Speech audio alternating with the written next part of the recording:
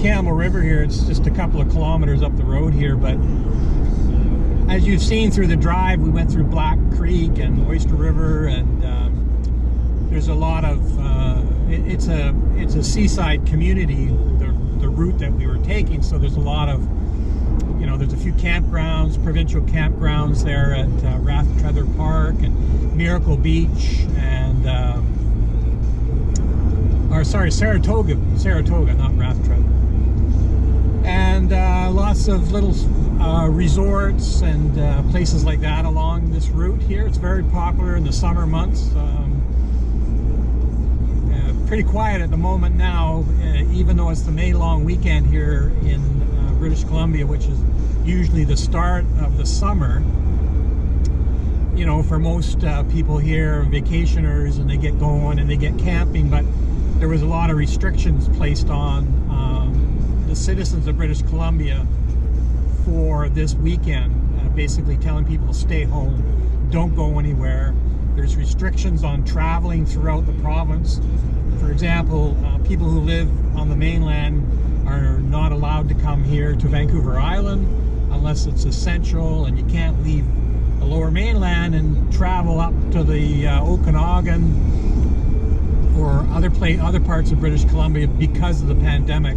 They're just trying to keep it under control, and it appears that it's working because our numbers, our counts, and everything have come down. So that's good. And you know, so for the most part, people are paying attention to that. They've had roadblocks, for example, outside the lower mainland. The RCMP Highway Patrol have set up roadblocks and checking people and turning people back if it's not essential travel. And for the most part, from the reports is that it's been pretty good. So yeah, so we're just coming up the Campbell River here, and there's, from here on, you can see on my right, there's a walking path. There's condos coming up here on our left. Far off to the right there, that island there, that's Quadra Island, which is a fairly large island, populated with First Nations people and lots of people who have cottages, and of course a lot of people live over there as well. Campbell River is famous for basically fishing. A lot of people come here from probably all over the world just to fish for salmon, and you know, and it's quite famous for that. I remember, you know, as a kid growing up and being on our place in Gabriel Island, used to see these big American yachts come up past our place, and they'd be heading to Campbell River up here to do some fishing, and celebrities were known to come up here. And Campbell River's, I don't know what the population is, but it's a fairly large community. There's a large First Nations community here.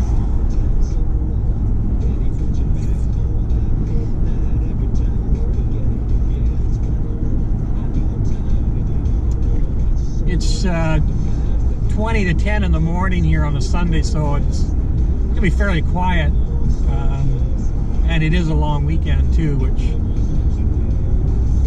sometimes people have a tendency of just staying home, like me.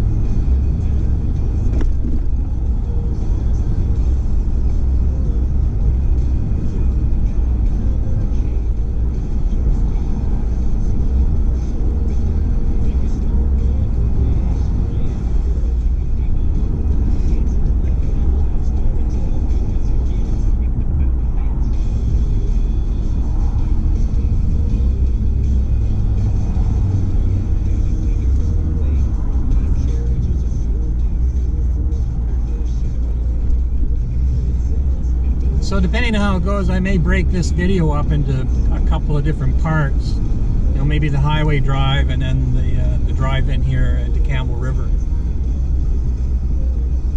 We'll see how it goes.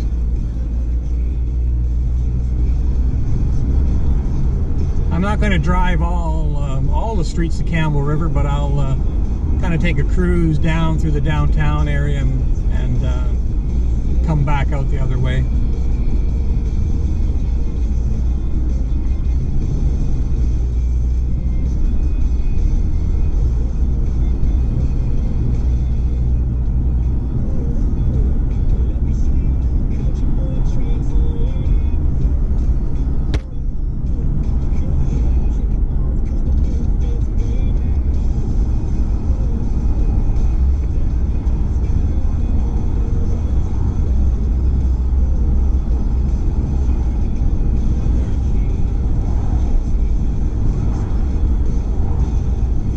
Last 2 years since we moved over to Vancouver Island from the greater Vancouver area, this area that we're coming up to here has been under construction for a long time, and I see that they're still working on it.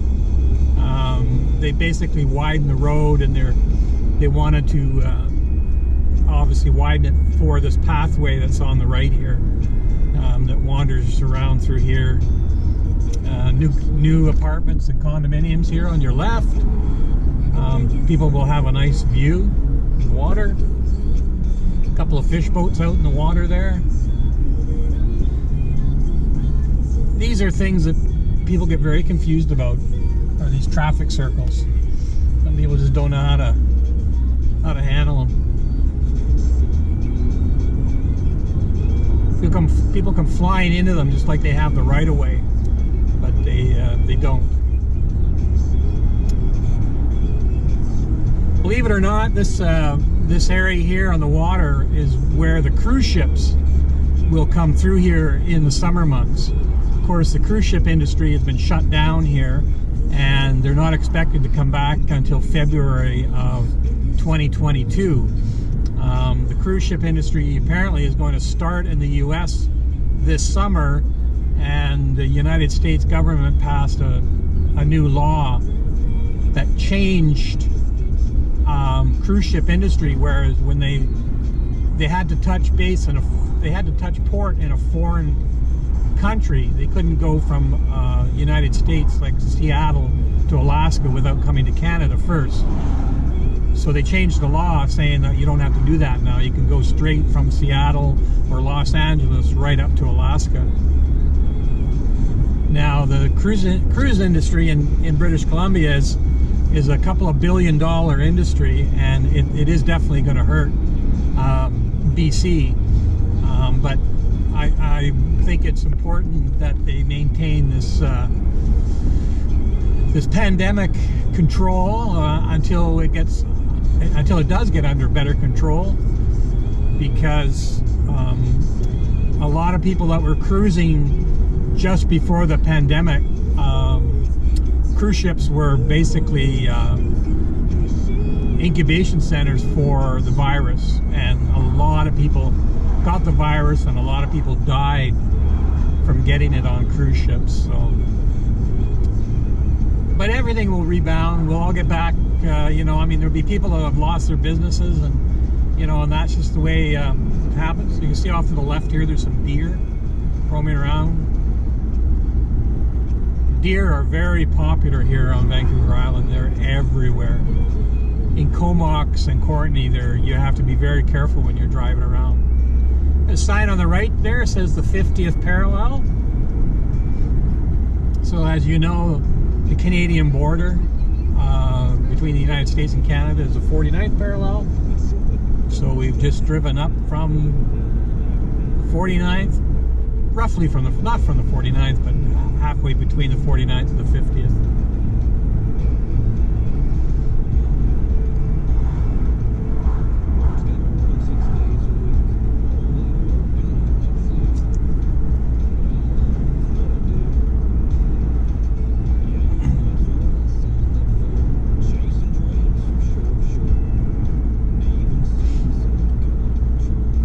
So this weekend, our health people are going to determine how well we've done, and with any luck they're going to start allowing more freedoms starting on Tuesday. And the word is that restaurants will be allowed to open for dining in service, whereas for the last month or so it's been takeout only or patio dining. If you have a patio, you can dine on the patio and serve people. But not a lot of restaurants have patios, so it's been tough. And I understand that other personal things like gyms and spas and those types of places will be able to open up more freely. It'll depend, I guess, on how things go, whether the travel opens up. But they're being a lot more cautious here than what we've seen on the news in the United States, where they've just gone from lockdown to full masks to isolation to wide open, and I don't know if that's the right thing. But I guess as long as people get their vaccinations, it'll be much better. So.